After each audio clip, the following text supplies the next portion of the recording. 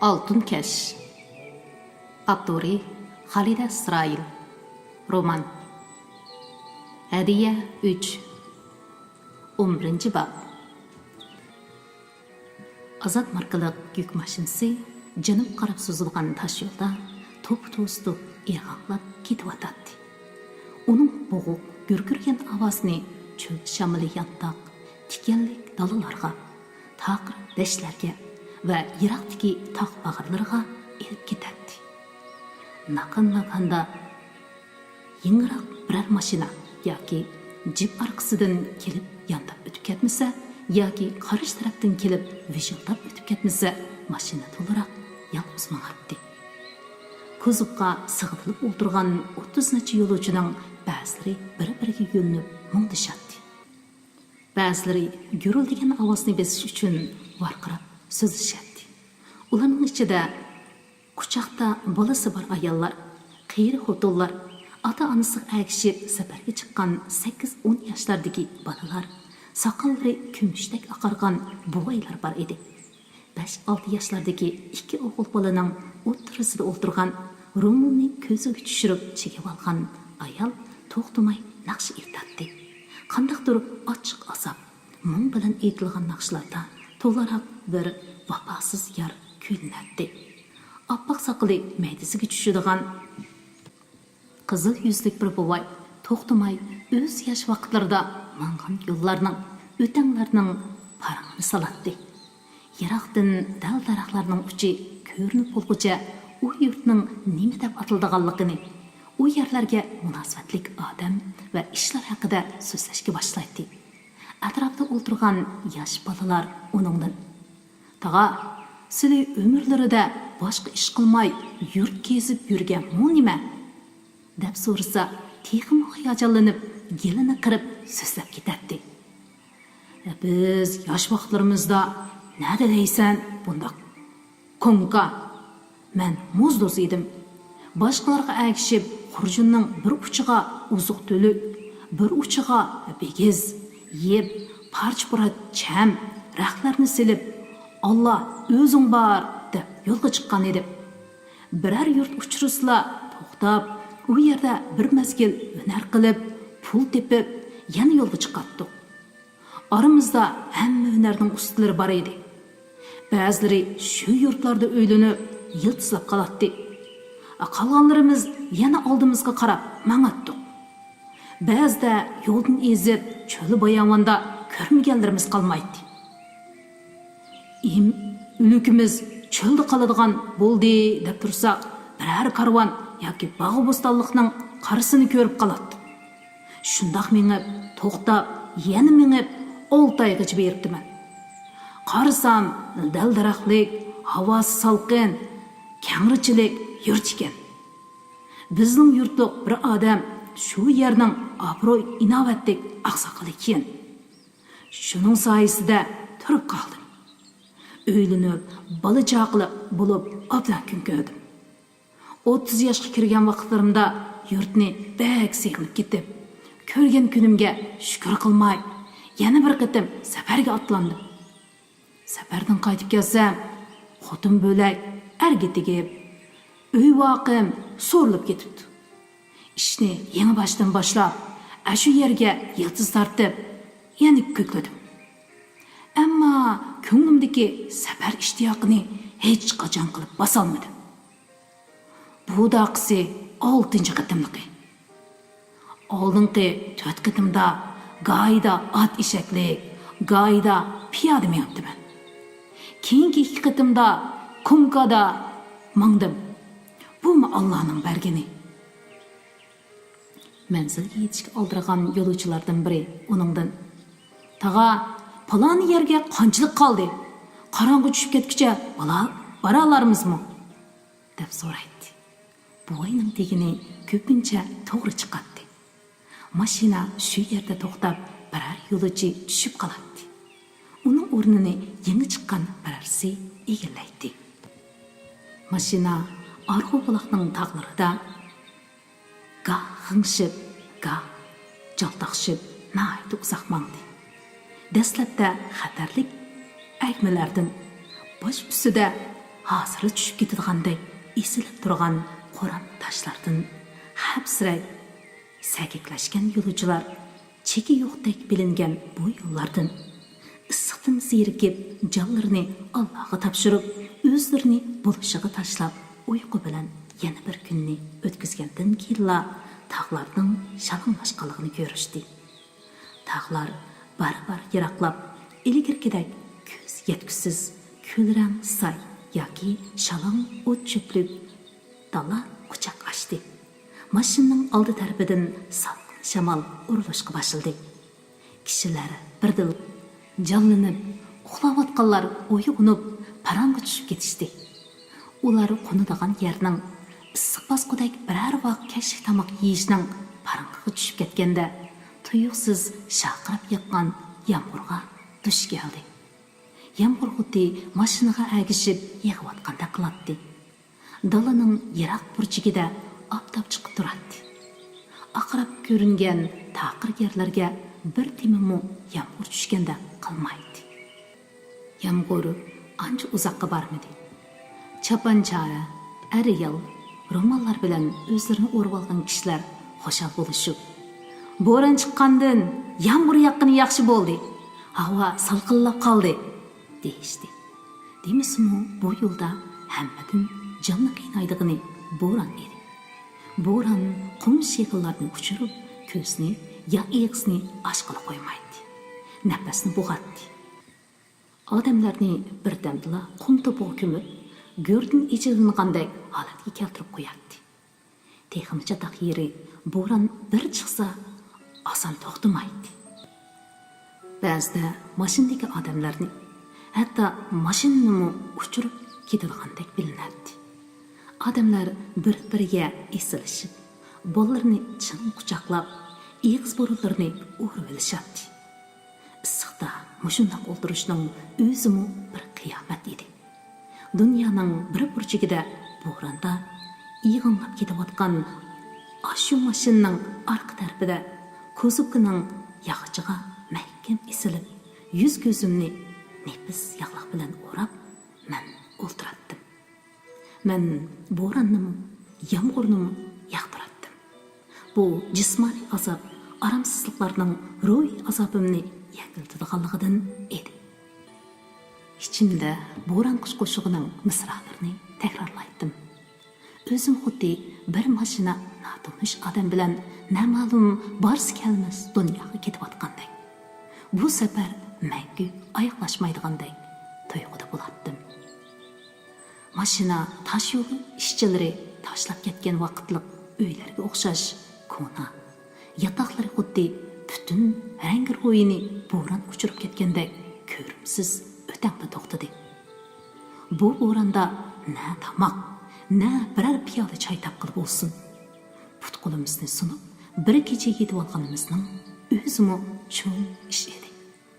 Kishini xushal qiladigani saharda bo'ron to'xtadi. Qaynoq suv qaynatadigan bir uydagi ikki jumakning biridan issiq suv, biridan sovuq suv olg'ili bo'ladi ekan. Yuz ko'zimizni chalib bo'lsa-mu yuyib olib, aldirab tenab, nashta qilib, suvdan botilkalarimizga qaynoq suv qachilab, yana safarga atlandik. Bugun tinchlik, issiq bo'lganday qiladi. Bo'rondan keyingi havo nemishqidir odamning ichini siqadi. Yaxshi yeri mashin menishi bilanla mashinning oldi tarafidan urilib turgan salqin shamol havodagi buruq-turmaliqni tarqitib, dillarni sagitadi. Men mashinaning orqa tarafidagi tar bo'shliqqa bir amallarni qilib, putimni sunib olib, xeli rohatlanib qoldim. Uxlash mumkin emas edi. Quyoshning sharqdan ko'tarilib, harakatga ketib ketishiga ergishib, tinmay o'zgarib turadigan manzarlarga, taqir cho'llarga, bukkida yulg'un o't-cho'p qaplagan dalalarga, dalada chepib ketayotgan kiyikning chipida to'xtab, ko'z oldidagi qap-qara, yo'chun maxluqqa tikilib qarab, havodan nimalarnidir purayotganday turib kelib, tuyuqsiz beshini bo'rabla ushqandek chib ketishiga, dalaning yiroq yerlarida bir chekitga aylanib g'oyib bo'lishiga, daraxtlari ko'rinib turadigan, qandaqdir odamlar yashaydigan yiroqdagi ko'chim yurtlarga qarab o'tirardi. Nurg'un yillar ilgari bu oqsoqolliq odamdek o'xshash xurjunlarini artib mushu yo'llarda ketayotgan, tirikchilik uchun yaxshi azodiy yerlarda yashash uchun shimolga qarab mangan otliq, eshaklik, harbuliq kishilarni ko'rgandek bo'ladi. Ashu kishilarning ichida buvam bilan momam, ota-onalariga agishib mangan dadam bilan opam, ularning aka-uka och-singillarimi bor edi. Keyin ularning qandaqlarcha Urumchiga o'rilishib qolgani, qandaq kun kechirgani men uchun bir sir. Faqat dadamning nihoyatda tirishchan ham aqlli ekanligi. Uning kichikdan maktabda o'qiy olmagan bo'lsa-mu, boshqalarga yalanib ishlab, davomida xat savodini chiqarib qolmay, hisob kitobni o'rganganligini cho'nglardan ko'p anglaganman. Dadam kichikdilla tirikchilik ko'tisida nurg'un ishni qilibdi. Bir oshxonaga yo'llanib shogird bo'lib kirib, keyin usta oshpaz bo'lib qoldi. Boshqalarning yo'l ko'rsatishi bilan oshpazlikni tashlab, yiqqan pullariga teri setib olib, Sovet ittifoqi tarafga teri o'tkazib, u yerdan gazmol elib setib, tez ko'tarilishga boshladi. U chegaradagi Sovet ittifoqilik ofitserdan bir durbun setib olgan ekan. Bu balkim uning tavakkulchi, yengillikka intiladigan xarakteri bilan munosabatli bo'lsa kerak. Lekin shu chaqda 30 yoshlarga kirib qolgan dadam durbunni nihoyatda ahamiyatli ishga ishlatibdi. U Urumchining eng abad ko'chisida egiz bir yerga chiqib olib, durbun bilan qiz tanlashga boshlabdi. Albatta, uning bu ishini boshqalar bayqa ololmaydi ekan. Ko'chadan xil qizlar o'tadi ekan. Ba'zilari chiroyli, ba'zilari sad, yana ba'zilari bak moda kiyingan. U ko'ngliga pukib kelgani bo'yicha chiroyli, ammo texi ko'zga chiliqmagan, qo'l tegmagan pap bir o'nchini izlaydi ekan. Kunlar o'tibdi. Bir kuni ko'chaning oyog'idagi bir navoiyxonning oldida ro'mol bilan pashxonadagi nonlarni yalib o'tirgan 12 yoshlardagi intayin chiroyli bir qizga ko'zi tushibdi. Darhol tutish qilib, qizning tegi taktini surishtirib, ko'ngil to'xtatgandan keyin elchi kirgizib, uningga choy ichirib qo'yibdi. Bir necha yildan keyin uni amriga oldi. Uzoq o'tmay ochilarim tug'ilibdi. Dadam yosh ayoli bilan qizlarini ota-onasiga topshirib, savdo ishi bilan Toshkentga beribdi. U yerda bir mazgil savdo qilibdi. Pulni tepibdi. Shu chaqlarda Şinjandan chiqqan turkum yoshlar Toshkentdagi bilim yurtlarida o'qiyotgan ekan. O'qigan odamlarning boshqacha bo'lganligini, ichidan his qiladigan va o'zining kichigida o'qiy olmaganligiga har doim afsuslangan dadam yurtiga va oilasiga bo'lgan ko'nglidagi sig'inishni besib, shu chaqlardagi dangliq bilim yurti bo'lgan O'rta Osiyo universitetiga kirib o'qibdi. O'qish jarayonida Sovet ittifoqining yangicha o'qitish andisasi bilan kolxoz tuzumi uningda cho'nqur ta'sir qoldirgan ekan. U qaytib kelgandan keyin ko'ngliga pukkanliklari bo'yicha ikki cho'ng ishga tutish qildi. Biri Ko'ytundan mangmo yer setib olib, bir kolxoz qurmoqchi bo'libdi. Bu balkim Jungodagi eng burunqi kolxoz bo'lishi mumkin. U yerga navrat odamlarni ko'chirib, hamma odam kollektiv emgak qilish, ishliginiga yarasha haq elish, haqsiz maktab, yasli, sanatoriyalar bo'lishni ishga oshirmoqchi bo'libdi. Ammo uning dunyoni o'zgartirish xiyoli va urinishlari doiralarning, kishilarning olqishiga erisholmabdi. U mag'lub bo'libdi. Ammo yana umidsizlanmabdi. U ko'p tirishchilik ko'rsatish orqali ikkinchi cho'ng ishni, ya'ni fanniy maktab qurish orzusini reallikka aylantiribdi. Dadam o'zi nahiya bozori ichida maktab binolarini soldirib, o'qituvchi, ma'rifchilarni təklif qilib açqan, o'zi mudir bo'lgan bu maktab turkumlagan savodliq, ixtisosliq yoshni yetishtirib, noyat bo'yicha zo'r inovatga erishibdi. Bu maktab toki ozodlikdan keyin noyalik Uyg'ur boshlang'ich qilib qurilguncha dadamning nomida atalib ketdi. Dadam ana shundoq xiyolparast ham tavakkulchi odam edi. Biror ishga kirishsa hammani unutib qoladi. Uning o'y fikri, qiziqishlari bak o'zgacha edi.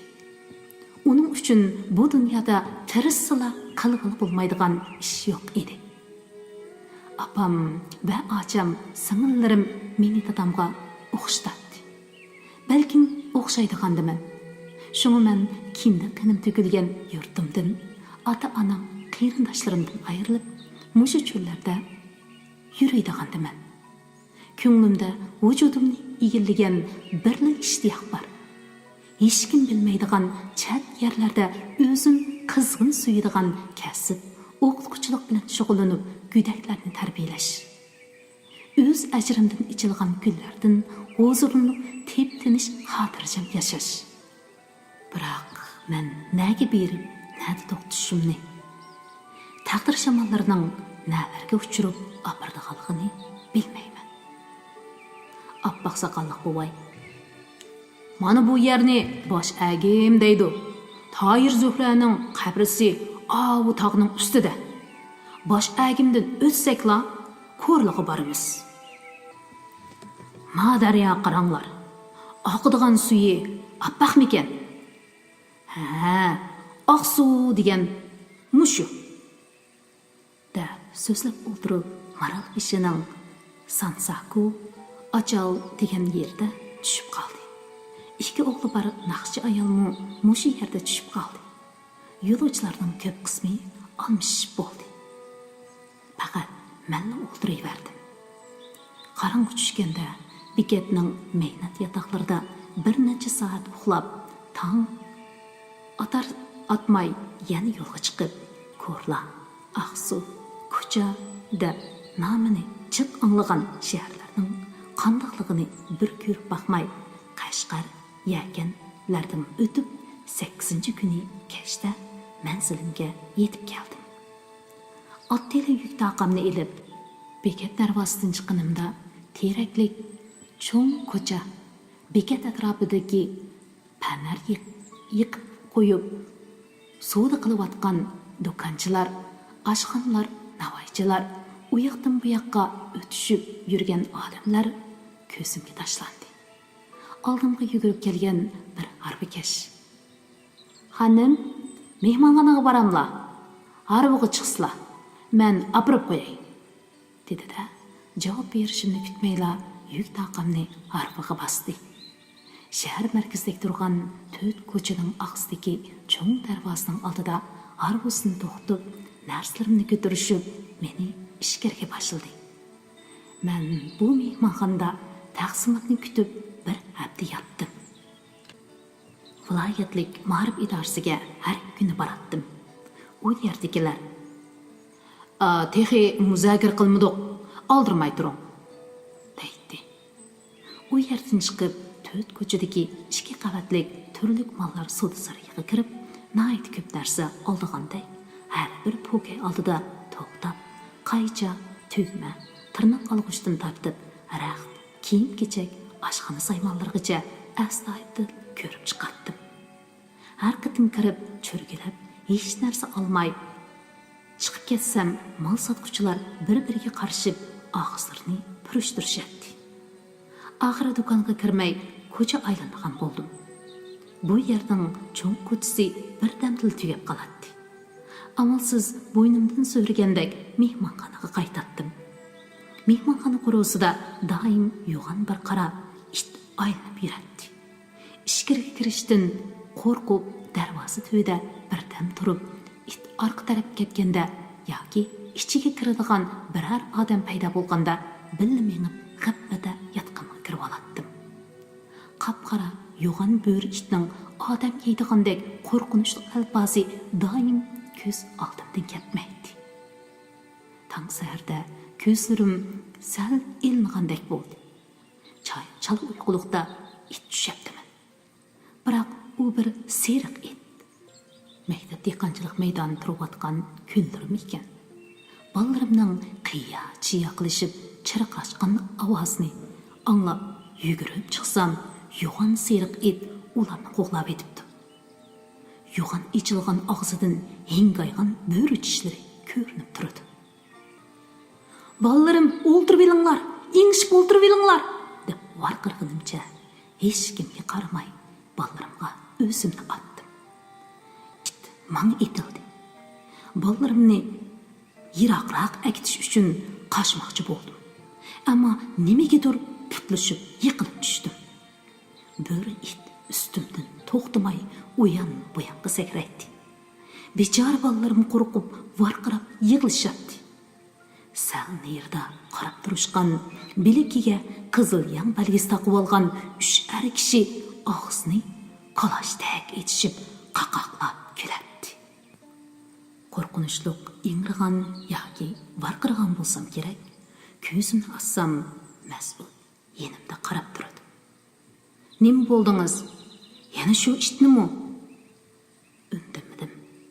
Har qatim tinim ojizlab qolganda yoki sal hayajonlanib qolgan vaqtlarimda yiroq o'tmishga aylangan ashu ishlarni, ashu seriq bo'ri itni tushaydim. Asirab, chiliq-chiliq targa cho'milib, varqirab uyg'onib ketganimda beshimda qarab turgan Mas'udni, derazdagi oppoq to'r pardani, tagchidagi g'o'jjada ichilib ketgan gullarni ko'rganimda tush ko'rganligimni bilib xushal bo'latdim.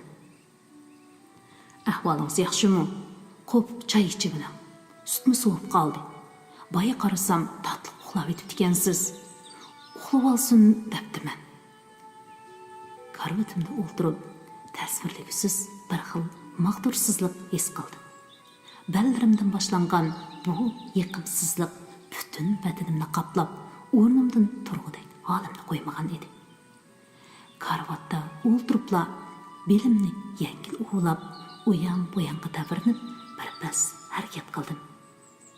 Bir necha yil ilgari doktorxonada yetib davolanayotgan chig'imda cho'ng yoshli bir doktor menga kunda atiganda qopibla belni uvlab, harakatlanib berganda ba'zi a'zolarning uzoq besilib qilishidan kelib chiqqan kasallik alomatlarini, yeniklatgili va ba'zi osti xarakterli kasalliklarning oldini olg'ili bo'lganligini deb bergan edi. Men bu doktorni hozirmi minnatdorlik bilan esimga olaman. Qo'rsqimning ichayotganligini his qilib, ittik o'rnimdan turdim. Yuz-ko'zimni yuyib bo'lguncha Mas'ud sutni isitib qo'yibdi. Nefis to'qralgan non bilan pechenlarning ustiga yepilgan oppoq lo'ngini ilib etib, sut bilan bir to'g'ram non yedim. Tuxumni tuzlangan tarxamak parchalari bilan yeb bo'lib, pechendan yana bir tal so'qib etdim. Bu harakat qilganlikdan foydasi edi.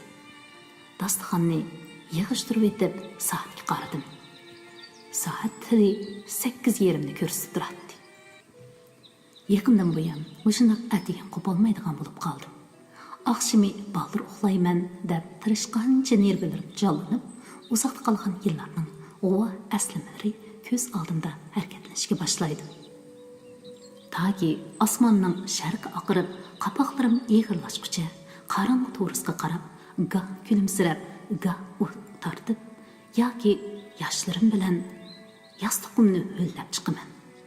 Ashu xiyollar, aslimalar meni reallikdan yiroqlatib qo'yyotamdi qandoq. Ba'zida Mas'ud bilan kunlab birar ig'iz paranglashqanimni bilmayman. Tushdan keyin Mas'ud saboqdoshlari bilan uchrashishga tayyorlik qilishga boshladi. U tasliq uyidan chiqmagancha ichim tit-tit bo'lib ketib o'tadi. U hech qachon bundoq uzun yuyinib taranmaydi. Bugun nima bo'ldikina? Chidamasligimnimi yoki andish qilganligimnimi? Bir necha qitim ishni chekib baqmoqchimi bo'ldim. Ammo uning ranjib qilishidan qo'rqdim. Men uning meni chepilg'a kod deb qilishidan bakla qo'rqaman. Bizning ko'ngli tonishlarimizning ichida 70 yoshdan oshgan bir juft er-xotin qayrganda bir-birining mijoziga chiday olmay, ajrashib ketdi. Hozir ballari ularni yarashtirib qo'ya olmay avara. Ular bizga opam dadamlarga nasihat qilib qo'ysanglar, mushu yoshga kirganda sat emasmi? Uning ustiga bizmi ikki tarafga chepib yetishib bo'lolmaydi ekanmiz, deydi. Ota-onasining bo'lsa hech qanday nasihat anglag'usi yo'q. Ikki yilisi bo'ldi qilinglar. 50 yil aron chidab keldim. O'ladigan kunlarda bo'lsa-mu, tinchroq yashab olay. Uf, quluqim hajatlanib qoldi, deydi. Xuddi birisi o'gitib qo'ygandek. Qeyrganda shunday kunlarga qilishdan Xudoyim saqlasin. U oxiri tasliq uydan chiqdi. Yuyinib tarinib, soqollarini pokiz ilib, yashirib qolgandek bo'lib qolganini ko'rib, içinde kundoshlikdek bir narsa bosh ko'tardi. Kim biladi, balkim saboqdoshlarining ichida o'zini tashlamagan xuluqroq ayollarmi bordir. Ba'zilarini yosh vaqtlarda xo'glashgan bo'lishi mumkin. Ular tul bo'lishi mumkin. Hozir erlar baldur ketib qilib, ayollar tul qiladigan ishlar ko'payib ketyotdi. Bu ayollarning ko'p harakat qilganligini va chidamchanligidan ekan. Gumon qilgancha gumonlarimning shaqlab ketayotganligidan hayron qoldim. O'zimni masxar qilib ichimda kuldim. Yosh vaqtlarimda ba'zi chaqlarda Mas'ud meni xiyolimda yo'q bir kimlardan kunlab qolatdi. Hozir men kunlaydigan bo'lib qoldim. Demismi, hozir ba'zi yosh qizlar mol dunyo uchun maxsus qiyirlarni qo'g'lasharmish-ku. Xiyolimning yana qiyib ketayotganligini sezib, darhol o'rnimdan turib, uning kiyimlarini tepishib bermoqchi bo'ldim. Balkim meni oyig'inidi. O, bo'ldi, o'zim topay, deb yordamlashishimni rad qildi. Men hozir uning kiyimlariga dasmol silib bera olmayman. Dasmolni ba'zida qizim silib beradi. To'g'riroq o'zi kirxonlarga elib chiqib soldiradi. Hozir tamoqni ilgirgidek chaqqan etolmayman. Shum u tamoqni asosan o'zi etadi. Men faqat ximir yug'urish, ko'ktat qadalash degandek ishlarga yordamlashaman. U ashxonning ishlarini o'zi xohlab qilsa-mu, ko'nglimda bir xil aybkorlik tuyg'usidan qutula olmayman. Mas'ud so'z yo'lliq oq ko'ngligini, kulrang shim kostumini maylab parqatib qo'ygan yangi oyog'ini kiyganda 50 necha yoshlik erlarga o'xshab qoldi. Uningga maqtullik va kundoshlik, hasad aralashgan murakkab tuyg'u ichida qarab o'tirdim. U uncha ola samirib ketmagan edi. Iqi ko'payganlikdan kulrang ko'rindigan chichi uningga salofat beg'ishlagan edi. Bir chaqlarda uning sochlari qo'ng'ir ranglik ham paq qo'yiq edi. Sal qiypash qilib orqasiga tarib oladigan bo'lsa, oftobda sarg'uch to'lqinlanib valildab ketadi. Sochlaridek qo'ng'ir, ikki uchi sal to'paga qayrilgan qo'yiq qoshlarining ostidagi muloyim ko'zlarimi sarg'uch qo'ng'ir edi. Qirliq burni sal pastga so'zilgan to'liq ingaklari uning qarmoqqa muloyim, ammo qat'iy xarakterini ifodalab turadi. Mas'ud chiqib ketdi. Yolg'iz o'tirganimda yo'lbiridan qum to'pi o'rlab turadigan daraxtlarning yo'pirmoqlarini, tagchilarini, ustal o'rindiq, yotgan ko'rpalarni har doim nefis bir qavat qumsoq to'pi besib turadigan ashu ajoyib yurt. U yerda dastlabki bir necha yilda o'tkazgan ko'ngillik g'amsiz kunlar. Mas'udni dastlabda uchratgan chaqlarim xiyolimga keldi va bu aslimalarning men uchun naqadar qimmatli ekanligini his qildim. 12-bob. Men chat bir nahiyaning o'tir maktabiga bo'lingan edim. Qo'limda chamadon, maktabning vodaklik darvozasi oldiga kelib, yuragim dupildigan holda ko'z oldimdagi manzaraga qarab turib qolganim shunchalik aniq esimda. Mana bu mening uningdan keyingi makon. Barliq kuch-quvvatim, aql-farosatimni sarf qilib tar to'kadigan bog'cham edi. Xiyollar ilgida darvoz bilan o'qituvchilar ishxonasi va sinf oralig'idagi keng to'piq maydonni besib o'tib, o'qitish binolarining orqa tarafini qoplab turadigan keng ketgan yop-yeshil bog'baronlikni ko'rganimda ruhim ko'tarilib ketgan edi. Sinf va o'qituvchilar ishxonasining oldida qo'yib, takshi o'sgan akasiyalar qad ko'tarib turardi. Akasiyalar orasidagi iriqda shildirlab suv eqib turardi. Chaqqanligini ikki tarafi sunliq әгмі көvrükdən өтіп, o'qituvchilar ishxonasi tarafga qarab ketayotganimda qalbim yana bir qitim o'rkashladi. Ichimda kimlarni ko'rarman, meni qandoqroq qarshi ilishar deydigan andishim yo'q emas edi.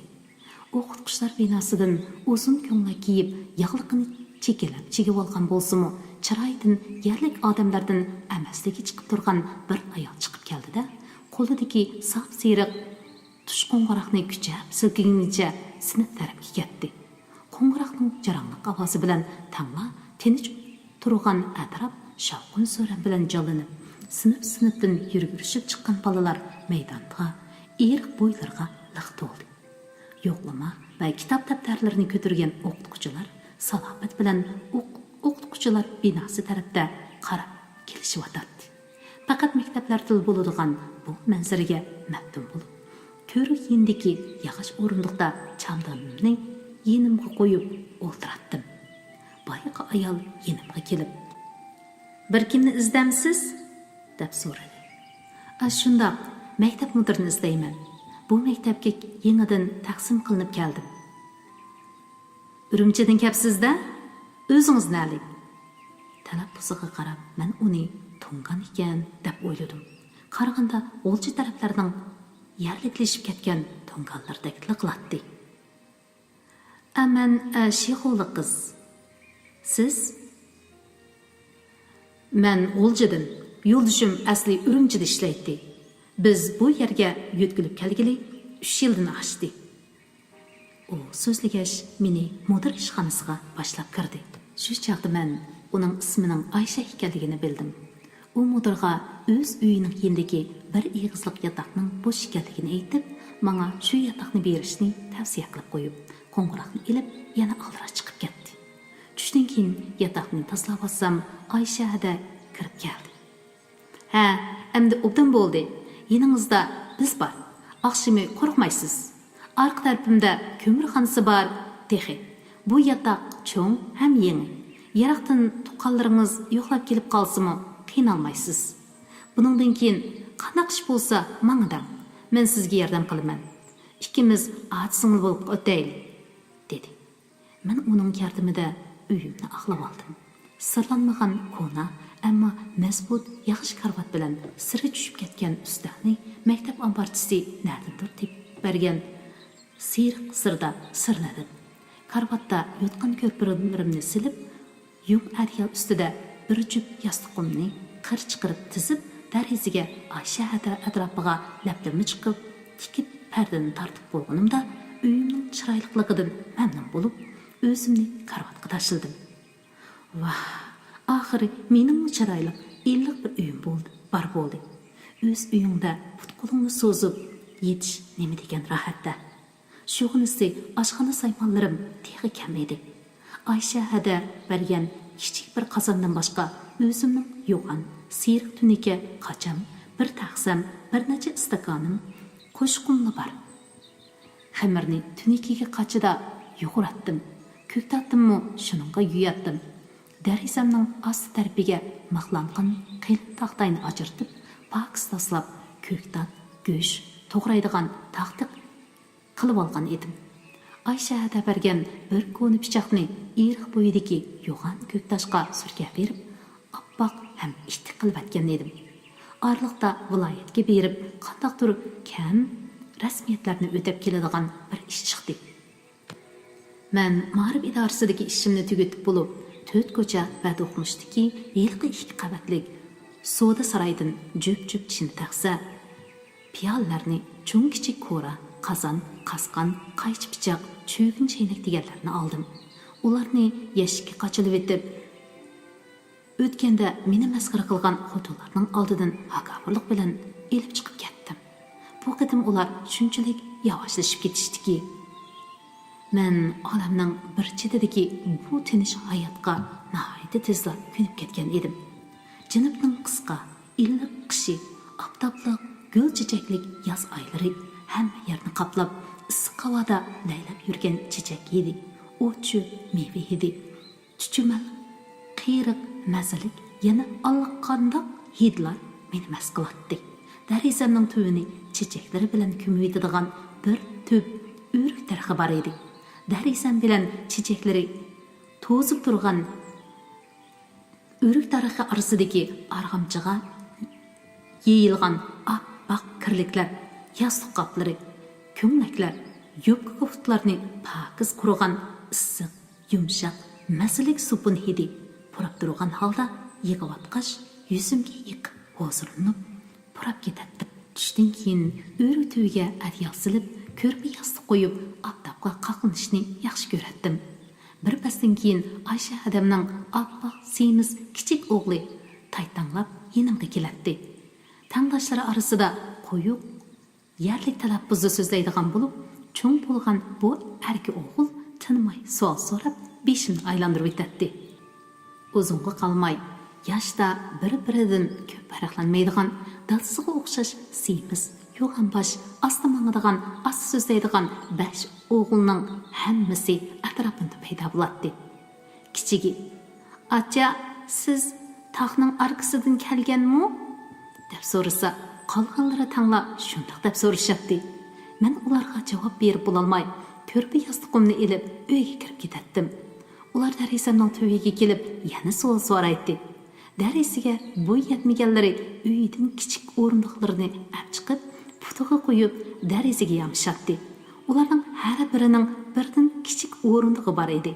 Toki Ayshada chiqib, supurgi bilan ularni qo'g'lab o'tmaguncha, ular darisamning yenidan ketmaydi. Qisqasi, ular men bilan paranglashishni, uyimga kirib o'ynashni pek yaxshi ko'radi. Ayshada bilan uning eri: "Ya Allah, hadiya, bolalarimiz sizga nemancha omroqdi? Qaraganda sizmi kichik bolaga omroq o'xshaysiz. Kichik bolalarmi mushukka o'xshash. Seyilgan odamning quchig'iga chiqadi" deyishadi. Buningdan o'zim hayron. Bolalarga bak echilib ketmayman. Ba'zi qiliqsiz bolalarga varqirab, tanbih berib tursammi, bolalar menga oson omroq bo'lib qoladi. Buni men o'quvchilarimning ko'zlaridanmi bilib oladim. Men ishga tushgan kuni ilmiy mudir intayin mamnunlik bilan: "Hariya xonim, bir sinfimiz bor. To'liq o'tirning 1-yillik S sinfi. Siz kelishdan avval bir sinf mudiri bekitgan edik. Mijoz yo'q bo'lib qilib, davolang'ili yurtiga kelib ketib qoldi. Hozir birisi vaqtli qarab qo'yib lekin tasi boshqurib ketolmadi. Ta'limimizga siz keldingiz. Yuqoridan kelgan o'qituvchi bo'lgandan keyin sizni bu xizmatning hudisidan chiqib ketalaydi deb ishonamiz" deb meni o'z sinfga boshlab kirdi. Sinfga kirgandan keyin sinfga kirish oldida uning nima uchun beligimni shuncha chin qamollab tutib olganligining sababini tushundim.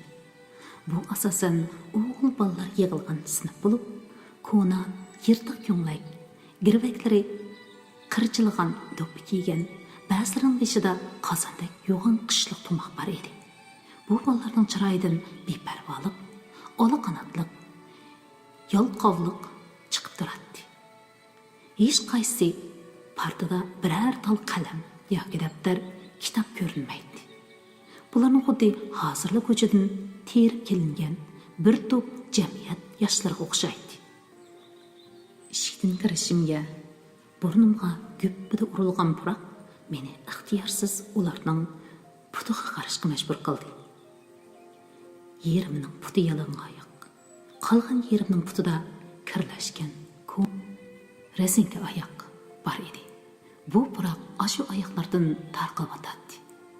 Sinfning tomlari qachonlardadir oqlangan bo'lsa-mu, qalaymaqan yozilgan xat, rasm, qor quridoqlardan asli rangini belgilab bo'lmaydi. Dərslərinin saq əynəkləri qalmagan idi. İlmi müdür meni ularga tonuşturup, deydiğanını dəb bulup, çıkıp ketkendan keyin bir daqiqa ballar bilen yüzmü-yüz qarışıp turduk. Bu çandırıp qoyuşqa bolmaydigan intayın mühim daqiq edi. Sal oduqub turattımmı, içimde näden kelgenligini bilgili bolmaydigan bir qarar kuch bar edi. Her qitim o'quvchilarga yuzini turgunimda bu kuch vujudimda o'rkashlab, o'zimni tasavvur qilmagan o'y fikrlarni qo'zg'aydi. Men kulimsirab turib, "Salom saboqdoshlar. Men sizlarga sinf mudiri bo'lganligimdan intayin xushal. Ismim Hadiya. Balkim bu qanday qismdi deb qolgansizlar. Men sizlarga ismimga munosabatlik bir maxfiyatlikni deb beray. Apam 3 acamni tug'ib bo'lib, 4-chi bo'lib meni tuqqanda ko'ngli intayin yerim bo'pti. U asli o'g'il tug'ishni shunchalik arzu qiladi ekan. Shunga menga qarashni xohlamabdi. Qo'rsqim ichib, yig'lab ketsammi, kari bo'lmabdi. Shu chaqda dadam meni qo'liga ilib, "Xotin, bu Xudoyimning bergini. Xudoyimning sizga qilgan hadiyasi. Qara, u kulimsirayotdi. Keyin u cho'qim aqlli bir chiroyli qiz bo'ladi. Buni qunumga ol," debdi. Apam yig'lab turib, meni qo'liga ilib, bag'riga besibdi. Shuningdan keyin mening ismim Hadiya bo'lib qopti. Demakchimanki, qiz bo'lsin yoki o'g'il bo'lsin, e'tiborli yoki e'tiborsiz bo'lsin, har bolaning o'z rizqi va o'ziga xos hayot yo'li bo'ladi. Biz har birimiz bo'shaqlik qilmasaqla, ko'zlagan nishonimizga yetmay qolmaymiz, dedim. Bolalarning chiroyidan ansizlik va masxira barabara yo'qab, uning o'rnini tangirqash va o'ychanlik egalladi. Bolalar yerga yeng tushsa anglag'uday jim o'tirib, so'zimni diqqat bilan angladi. Ularning ko'zlarida qandaqdir bir yer yumshagandek, bir illiqlik paydo bo'lgandek bo'ldi. Arqadanlar yo'qlimni qo'limga elib, bolalarning ismini chaqirib, o'rnidan turgan har bir bolaning chiroyi, kiyinishi, alayliklarini bayqilishga va ismini esimda tutishga tirishdim. Yo'qlim davomida ancha-muncha chaqchaq qiziq paranglarni qistirib qo'yib edim. Asnab o'tirgan bolalarning kayfiyati birdan ko'tarilib ketdi. Shu kuni ularga qo'ygan birdan-bir talabim tasliqni yaxshilash bo'ldi. Ularga pokiz yuyinib, tarinib, ratli kiyinib kelishni, atsi tasliq tekshirdiganligimni aytdim. Darsin tushibla ambarchidan cho'tka degandek narsalarni so'rab oldimda qorong'i tushguncha ishlab sinfimni o'zim yolg'iz oqartdim. Bu men uchun hech qancha ish emas edi. Kichigimdan apamga yordamlashib uy oqartatdim. Apam ikkimiz ko'ni kiyimlarimizni kiyib, boshlarimizni o'rab, 8 ig'iz uy, ambar oshxonalarni bir kunda oqartib o'tdik. Och sing'illarim ichida hammadan bo'yliq, qabul bo'lganligim uchun ta'tillarda dadamga yordamlashib, etista amkak qilatdim. O'rma o'rib, cho'p chapgan vaqtlarimda dadam xo'shal bo'lib, "O'g'il bolaga tegishkisiz qizim jumusan," deb ketadi. Mana bugunmi sinfimni bir damda oqartib bo'ldim. Haqni atrofga chachratmay, oqlashning yo'lini bilib olganligim uchun sinfimning taxtay, parta, eshik darizlarimi uncha bulg'anib ketmadi.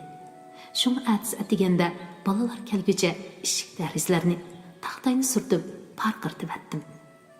Birinchi soatlik darsim ana shundoq yangi bir muhitda boshlandi. Har kuni atiganda kichik tasliq, haftada bir qitim cho'ng tasliq qilish, haftada 2 qitim shaxsiy tasliq tekshirib, sinfimda qattiq tuzumga aylandi. Kunlarim dars tayyorlash, dars o'tish, sinf hayotlari bilan ko'rishib, vazifa topshirish, darsda orqada qolgan o'quvchilarni ayrim yetaklash ishlar bilan aldirash o'tadi. Qishning yaqinlashiga erishib, sinfning dariza aynaklarini to'liqlab soldirish, isinish masalasini o'rlashtirish, qiyinchiligi bor o'quvchilarning qishliq kiyim-kechak masalasini muvaffaq hal qilish degandek ishlarmi qo'shilgan edi. namrat o'quvchilar ko'proq bo'lganligi, qishliq kiyim-kechak, oyoq masalasini maktabning yordamiga tayanib to'liq hal qilib ketgili bo'lmaydi. Shunga o'quvchilarni o'zaro yordam qilish, iyona qilishga safarbar qildim. Faqat amal bo'lmaganda o'z uyimdanmi chiqardim. Bu tufayli 1-2 oy maoshim yetmay qarz ilishga, ba'zi kunlari Oycha hatlarning cho'ng qasindan tamoq yeyishga majbur bo'ldim. Albatta, maoshim chiqqanda men ularni tamoqqa chaqirib, yordamiga javob qaytaratdim. Oycha da menga ich og'irdi. Siz o'zingizni tashlab debatdingiz. Qarang, o'ruqlab ketganingizga, atidan kechgacha sinfim, bolalarim deb chepli yurisiz. Sizning keyningizda yavol, ishchivol deydigan, holingizdan xabar oladigan ota-onangiz bo'lmasa, og'rib qolsangiz qanday qilasiz? Bolalarning qiyinchiligini siz yolg'iz hal qilib bo'lolmaysiz. O'zingizni ayang. Siz salomat tursangiz, qolgan ishlar asta-asta hal bo'ldi emasmi? deydi. Ammo men aldirashlik ichidagi mushu kunlarimdan intayin rozi edim. Har kuni uxlash oldida o'z-o'zimga: O'g'iz, mushundaq chat, jafoliq yerlarda bola o'qitish ikkimizning orzusi edi-ku. Men bu orzuyimizni amalga oshirdim. Men bu yerda aldirash ishlab yurgunimda yenimda xuddi sen bordek tuyulasan. Ba'zi ishlarni qanday qilishni bilmay qolgan chaqlarimda o'g'iz bo'lgan bo'lsa qanday qiladi deb o'ylasamla ko'nglim yo'rib qanday qilishni bilib olaman. O'g'iz jinim, rostilla yenimda bo'lgan bo'lsang, ikkimiz naqadar baxtli bo'lgan bo'lardik-a, deydim. Xiyolimning oxiri siyqinish va hasratga aylanib, bir vaqtlargacha yig'lab, yostiqimni naptab chiqardim. Ba'zida o'g'iz kulimsiragan holda ko'z oldimda paydo bo'lib: "Yig'lama, amriqim, jasoratli bo'l. Men sening yeningda" davatgandek tuyulardi. Shirin aslimalar qo'ynida qanday uxlab qolganligimni bilmaydim. U ocharchilik yillari edi. Ikkinchi yili ocharchilik texmi ig'irlashdi. O'quvchilar oshxonasining zag'irlari nepislab, ko'ktat sho'rpisi va o'mashlarida yog' didori ko'rinmaydigan bo'lib ketdi. O'quvchilar oshxonasi taqilib qoldi. Pul bo'lgani bilan bozorlardan yeydigan narsa topqili bo'lmaydi. Cho'ng kichik ham odamning qalbisida yemak ichmak qiymidan boshqa ham yo'q edi. Sinfimizdagi oila iqtisodiy yaxshi qiz o'quvchilar yakshanba kuni uylariga qaytgan chaqlarda qo'l yog'liqlariga chekib biror jangal, quruq uzum, 4-5 tal yangoq, ko'kbash degandek narsalarni alg'ash keladi. Bularni ilishni xohlasammi, o'rnimdan turolmagudek bo'lib qolmaslik uchun alatdim. Ancha-muncha go'sht yoq topsam, cho'ng ko'rida osh etib, ahvoli ig'roq bolalarni uyimga chaqiratdim. Shu yillari boshqa sinflardan nurg'un bola o'qishdan to'xtab qolgan ishlar bo'ldi. Ammo mening sinfimdan birmi bola to'xtab qolmadi. Bolalarimning dars o'zlashtirish natijasi maktab bo'yicha yuqori bo'lib keldi. Ayni yillardagi tarbiya kor qilmaydigan to'liq birinchi yillik S sinfining bolalari bir oilaning bolalaridek ittifoqlashib, bir-biriga yordam qilib, kuchliklar ojizlarni, oila sharoiti yaxshilar nacharlarni yo'lab, ocharchilikning eng qiyin mazgillaridan o'ngishli o'tdi. Ammo hammamizni yangi bir masala kutib turardi. Qachilikning oxirlashishi, ta'minotning oz-to'la yaxshilanishiga ergishib, soya, yerning ziroatlaridek urug'lab, sarg'ayib ketgan bolalar basta bo'y tortishga boshladi. Qizlar rad tuzib, o'g'illarning ovozi g'arang-qo'rung chiqadigan bo'ldi. Ular hayotning favqulodda davriga qadam qo'ygan edi. Bir kechada cho'ng bo'lib qolgandek o'zgarib, uzrab ketgan put-qo'llarni nega qo'yishni bilmayotgandek tortinib yurgan bolalarga qarasam, o'zimning o'smirlik vaqtlarim, yuzimga chiqib qolgan kichik qizil mudirchaqlar tufayli izoh tortib, beshimni ko'tarolmay yurganlarim esimga keladi. Bir turib ularga masligim kelib, xushal bo'lsam, bir turib tashvishlandim. O'g'illarmi mayli, qizlar osonla qiyin ahvolga tushib qoladi. Hozirgacha qizlarni mushtdek chig'idila ariga berib etadigan odat saqlanib kelayotgan bu yurtlarda qiz bolaning fiziologik jihatdagi normal taraqqiyotni ish ko'rib qolganligining natijasi deb qarab yomon ko'rishadi. Sinfda biror qiz bolaning ko'ngliga bir narsa yuqib qolgan bo'lsa, qolgan qizlar hammasi bir bo'lib uning hayfini qilishadi. Uningdan o'zlarini chatga elishadi. Hatto hojatxonalargacha orqasidan marab berib, odamni seskandiradigan usullar orqali uning pok yoki emasligini aniqlamoqchi bo'lishadi. Shu qizlar duch kelgan ishlarga atsi yoki o'gini o'zlarining duch kelganligini bilmaydi. Ularning ota-onasi qizlarga bunday ishlardan ta'lim berishni hayotsiz deb qarashadi. Bolalar o'zlari bilib bilmay qadam qo'ygan bu mazgil shunday tinchsiz, nozik bir vaqtlar ediki, ularning tenida kun siri o'z kuchini ko'rsatayotgan hormon ularni har qo'yga silib, aql hushidan ayriya oladi. Mijoz xarakteri o'y fikrlarini o'zgartirib etadi. Bu o'zgarish oldida fan nasihat, siyosiy tarbiya mu qarg'a kelmay qoladi. Bundaq mazgilda ular bilan do'st bo'lish, samimiy gaplar orqali ishonchisini qo'lga keltirish, boshqalarning yoki o'zimizning beshimizdan o'tgan amaliy misollar orqali tarbiyalash zarur edi. Huang Jiguang, Dong Sunrui, Liu Hulanlar ularni endi qanoatlantirolmaydi. Ular turmush, muhabbatni tushunishga, to'g'ri muhabbat qarashi yetildirishga muhtoj bo'ladi. Afsuski, u chaqlarda bizning ma'rifimizda bu xil tarbiyaga oid foydalanish materiallari yo'q edi. Men pedagog poemadan olgan ilhomga tayanib, o'quvchilarimga yoshlik bor mazgili va bu mazgilda yuz bergan fiziologiyalik, psixikalik o'zgarishlar haqida yuza savod berdim. Men bu o'zgarishlarning 9-10 yoshlardan tortib 15-16 yoshlargacha yuz berganligini, bu qizlarning o'zgarishining o'qlardan buraq bo'lganligini, ko'ksi yetilish, hayz kelishning normal ish, axloqsizlik bilan munosabatsiz ekanligini so'zlayotgan chig'imda sinfdagi qizlarning hammasi boshlarini partining ustiga qo'yib, yuzlarini to'sib oldi. O'g'illarni qizarib, eslab ketishdi. Orqadan men haqiqiy axloqning nimaligi, madaniyat bilan xurofotlikning farqi haqida to'xtalib, ularga o'zini to'g'ri tonish, to'g'ri muhabbat qarshi tiklash, boldir muhabbatlashishga berilib ketmaslik qatorli masalalarni yechib tushuntirdim. Farsimcha ko'p qism o'quvchi maqsadini to'g'ri tushunadi. Darsimga qoyil bo'ldi.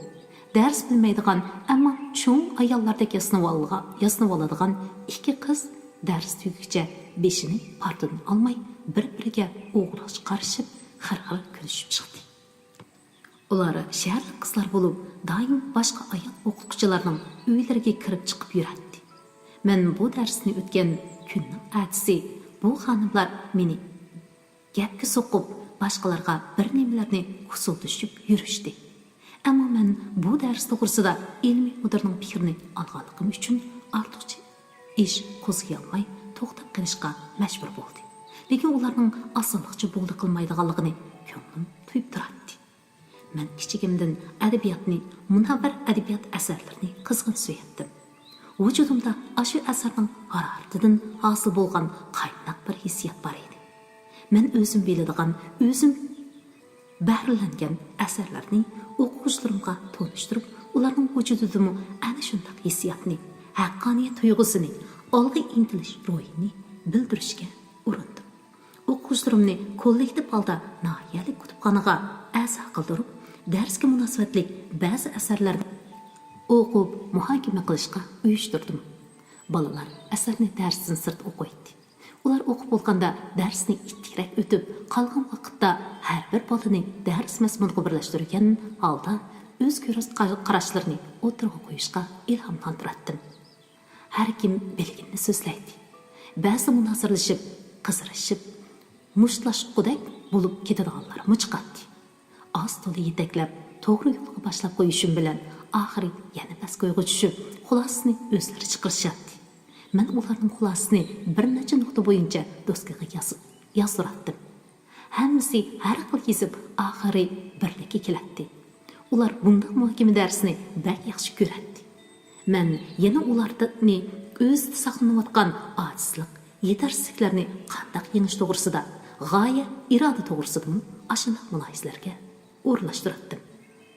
Mening bu xil o'qitish metodimni o'qituvchilar orasida munozara qo'zg'adi. Yaxshi deb qo'llovchilarmi, qarshi turuvchilarmi chiqdi. Maktab mudirining ikkilanish va salqin pozitsiya tutishiga qaramay, ikkinchi o'qish yilida men ilg'or o'qituvchi, ilg'or sinf mudiri bo'lib baholandim. O'qitish metodim viloyat bo'yicha tanishtirildi. Ilg'or bo'lib mukofotni oldim. Ammo mening o'qitish usulimga qarshi turadiganlar, blogning atrofimdagi bir necha xonim harakatini to'xtatmadi.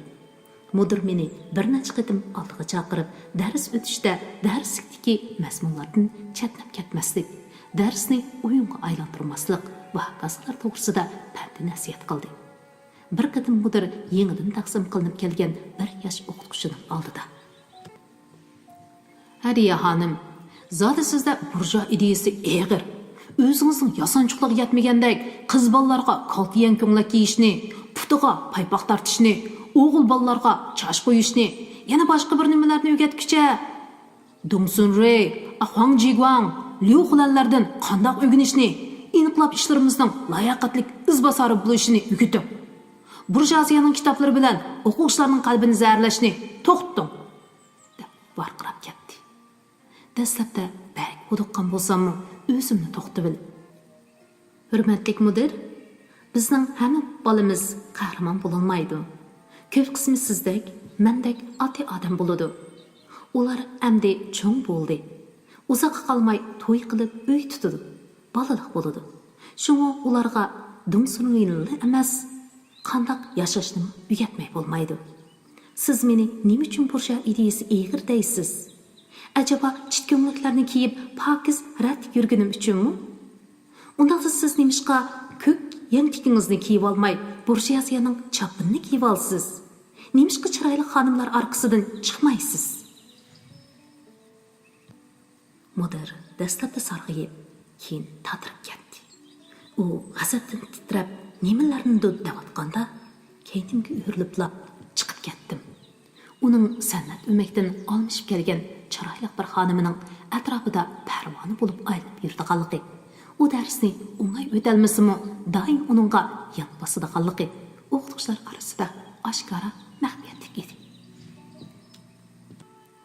Arkada g'aybat qilishsimi, hech kim oldida eg'iz ocholmaydi. Bugun bu gaplarning og'zimdan chiqib ketishini o'zimni xiyolimga keltirib baxmagan edim. Gap og'zimdan chiqib ketdi. Endi amal yo'q. Boshqa kelganni ko'rarman. Shug'unisi o'z ini singillarimdek yaxshi ko'radigan qari ko'zlarimdan ayrilib qolarmanmi? Cho'ngroq biror o'zgarishning bo'lishini kutgan edim.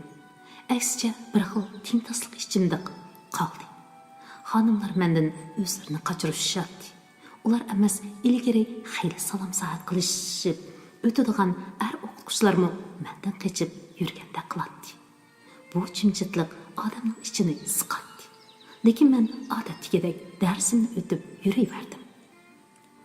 O'quvchilarimning hech ishdan xabari yo'q. Ilgarigideklar xonim deyishib atrofimda cho'rgilagan. Oysha yotiqimga kirib, "Hey, siz chatoq ish qilsiz emasmi? Siz nemishqa mudirni tillaysiz? Sizni bir nima degan bo'lsa, voy mudir, sizning rost, buningdan keyin diqqat qilay deb qo'ysingizmi bo'lmasmidi? Endi sizni o'sh olsa qanday qilasiz?" dedi. Qandoq o'jalar? Qo'g'lib yetarmi? Kompartiyaning kadri shunchalik gapkimi bir odamni qo'g'lig'ili tursa, jahon qandoq bo'lib ketar? Men chidab turolmay, yerilolmay aram turgan. Qo'g'liversa arz qiladigan ishni menmi qilaman? Haqning orqasidan to'xtamay g'aybat qilib, oldida bir eg'iz fikr berishga petin olmay yurgicha, men yomon bo'lsam bo'lay. Yomon kelsa, yurtimga ketib qutularman shu. Oysha gaplarimga qoyil bo'lmagandek bo'lsa-mu, ortiq bir nima demay, menga ichinayotgandek bir pas o'ltirib ketib. Siz xizmatdan boshqani o'ylamay yurdikansiz. Bundaq ketaversangiz bo'lmaydi. Menga qarang. Yaqinda maktabimizga 3-4 o'qituvchi keldi. Hammasi shimollik ekan. Siz mudir bilan deyishib, qolgan kunimi o'ljuliq bir bola keldi. Ig'ir bisiq, obdan yigitlar qiladi. Siz bu ishlarga diqqat qilib qo'ying. Davomli yolg'iz o'tib ketolmaysiz, dedi. Men yolg'iz o'taman deb qasam ichgan. Qasamimni buzsam qanday bo'ladi? Dedim chaqchaq aralash. Men unda qasamlarga ishonmayman. Vaqti kelsin-chu qani, to'y qilmaydim deb o'ldirganingizni bir ko'ray. Siz bu yerda yolg'iz, bir-biridan qamlashgan 4 yigit oldingizga keldi. Qani, obdan tanlang. Lekin vaqtni bak so'zib etmang. Bo'lmaydi hada. Men bir qitim to'y qilgan. Lekin to'y oqshimi qechib ketgan. Aysha adam og'zini ochqunicha qarab qoldi. Xeyli uzoqdan keyin sizni to'y qilgan desa kim ishinidu? Chiroyingizdan sut temib turadi. Mijozingizmi kichik bolada. Xiyolingizga kelganini qilasiz. Bu gapni menga dedingiz. Chaqchaq bo'lsa-mu, mendan boshqa birsiga demang. dedi. Bo'lmaydi hada. To'y qilganimni yushirinsam qandaq bo'ladi? Yolg'iz bo'la emas. Mening birdan-bir muhabbatim, mangulik suygan yigitim o'lib ketgan. Men hamda bu dunyoda uningdek yana birini topa olmayman. To'y qilsammi, to'y qilgan odamimni uningga selishtirib, o'zimnimi, haqnimi baxtsiz qilib qo'yaman. Men chamadondan o'g'izning cho'maytilgan suratini ilib Aysha hadiga ko'rsatdim. Valada turgan quyuq sarg'uch chashlar orasidagi oppoq kang peshoni, qo'shimi qash. Suratga rang berguchining mo'y qalami ostida qarg'i o'zgarib ketgan chiroyli ko'zlarida va qonqisharliq burun ostidagi sal uchuq lablarida aks etib turgan kulimsirash. Uning vujudida odamning chiroyidan ortiq jalb qilib turadigan bir sehri kuch. Nimaligini, nadan kelganligini bilgani bo'lmaydigan yigitlarga xos mardonlikmi, aql farosatdagi o'tkirlikmi, muhabbatmi, yumormi yoki hammasining birlashmasimi? Ish qilib nihoyatda boy bir ishki dunyo iborat turadi. Yurakka intayin yaqin, tunish bilinadigan bir tuyg'u. Aysha adam suratga uzoqcha tikilib turib, bir dilla yig'lab aytdi. Voy singlim, bechor singlim. Men seni o'z yolg'iz bu yerlarga qandoq kelib qolgandi deb hayron qolatdim. Ko'nglimda uyibdikan. Seni bu yerga dard alam elib kelibdikan. Sen o'zingni qo'yadigan yer topolmay yurgan bir bechor ekansan. Yo'q, sen qaysar qiz ekansan. Shuncha bola dardga chidabsan. O'rilib tushmabsan. Uningdan keyin yaningda men bor, singlim. Men seni yolg'iz qo'ymayman. Qarab tur, men sening yurakdagi yaralaringni cho'qim davolab saqaydiman. Ikkimiz bir-birimizga esilishib uzoqcha yig'lashdik. Men o'g'izni yo'qotgandan tortib, birsiga mundaq dard to'kib boqmagan edim. Bundaq ichimdan eslib yig'lamagan edim. Xuddi shu kunni saqlab turgandek. Ko'nglim ostola aramga tushib qoldi. O'g'izma amdi mendan xotirjam bo'lgandek to'liq tushimga kirmaydi.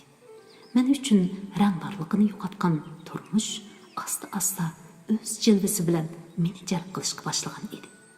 Maktabdagi ishlarim bir qilibda davom qilyotdi. Atdiganlik gimnastika, muzokara, urushib ketgan darslar, kurashib faoliyatlari. 13-bob. Hashpashtigacha har yilgi kuzlik amgak vaqtimizmi kelib qoldi. Atrofdagi yezlarning biriga qo'noq o'zgaga chiqdik. Ajoyib bo'y tartgan o'rmonlik qo'noqlar orasiga kirib, kessak bir-birimizning ovozini аңлайтық-ю, дидарымызны көрәлмәйдік. Мән xiyal сүргәш, алды tərəfim və iki tərəfimdəki qonaq başlarını üsüb, sevitin toşqanda kəңri bir yerге töküp döhləydim. Aldı kəynimге mengib, yürüp, qırığa qandaq çıxıb qalğanlığımni sezmey qaldıman. Udulumdaki qırda yaş bir o'qituvchi tamaki chekib o'ltiratdi. Tuzukrak qarmaymu uning dil men mudir bilan taqallashgan kuni mudirning ishxonasida ko'rgan iliq yigit ekanligini to'nidim. Men sarg'ush qo'ng'ir chashqa nisbatan intayin sezgur edim. Chunki bu o'g'izning chechining rangi edi. Uning bilan attila salomlashib, qirning nerisidagi etisga kirganimda umu tamakisini layga patqizib, o'chirib kaynimdan keldi va men kutmagan bir gapni qildi. Xatolashmasam, biz tanishmiz-ku deyman. Shundaqmi? Men hech asli olmadim. Bir hafsaga o'xshab qoldingizmi qandaq? Lekin siz hech kimga o'xshamaysiz-da. Men o'tganda sizni mudir ishxonasida ko'rgan. Mudirni shunchalik xafa qilyaptingizki, siz uning achchig'ida qandoq bo'lib ketganligini ko'rmay qoldingiz. Dardingizni toza chiqarib olib, eshiklarni taraqshitib yepib chiqib ketdingiz. Lekin men sizning yomonligingizga qo'l qo'ydim. Bu qandoq qizdi, nalikdi deb orqangizdan ko'p surishti qildim. Lekin meni mislga o'tmasin deb sizga gap qilishga jur'at qila olmadim. Voy, men shuncha qo'rqinchlimikanman? Haq meni bo'zaq qilaman demisizlar? Men yaxshi odam, mendan yaxshi odam yo'q. Menmi shunday anladim. Tanishib qo'yayli. Ismim Mas'ud. Siz o'qigan maktabda matematikada o'qigan. Oila tarkibim yuqoriroq bo'lganligi uchun jahonning bu bo'ling'ishqoqlarga kelib qoldik. Lekin bu yerda sizlarni uchirtib qolarman deb o'ylab baxmabdi ekanman. Shuni demamsiz, bu yerda hamma yurtdan kelganlar tepiladi. Tatar, Tungal muallimlarmi bor dehi. Mas'ud bilan shunday tanishdik. Uning vositasi bilan men yana bir qo'lchilik, fizika o'qituvchisi, cho'chaklik ximiya o'qituvchisi, biri qumulluq, biri bo'rtalalik, tarix ham biologiya o'qituvchilari bilan tanishdim. Ularning yatqi, ishkirki, quruda bo'lganligi ham beradigan do'stimiz. O'xshamaganligi uchun uning bilan uchrashmagan ekanman. Ular dam ilishlarda yig'ilib, dudlar tambur chalishib, naqsh aytib, nihoyatda ko'ngilli o'tirishdi ekan. Ular meni yatqiga taklif qilgan aqshimi nahiyalik doktorxonada ishlaydigan cho'chaklik doktor qiz bilan tanishdim.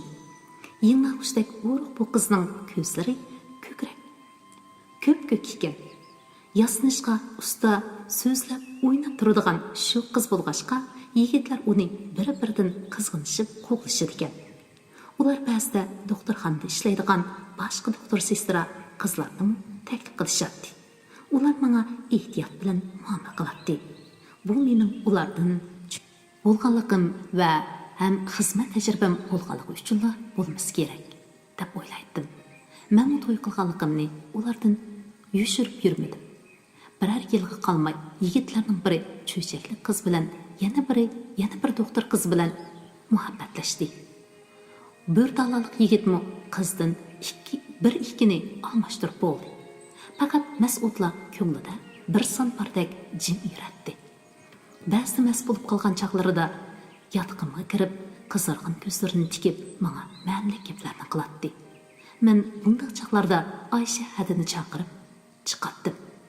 Oysha hada uni aldab-saldab yotqiga chiqarib etadi. Odatdagi vaqtlarda Mas'uddan o'zimni qochirib yuratdim.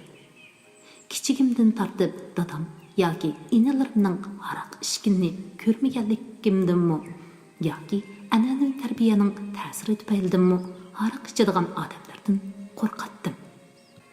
Unday odamlar yaxshilik ilib kelmaydi deb qaraydim.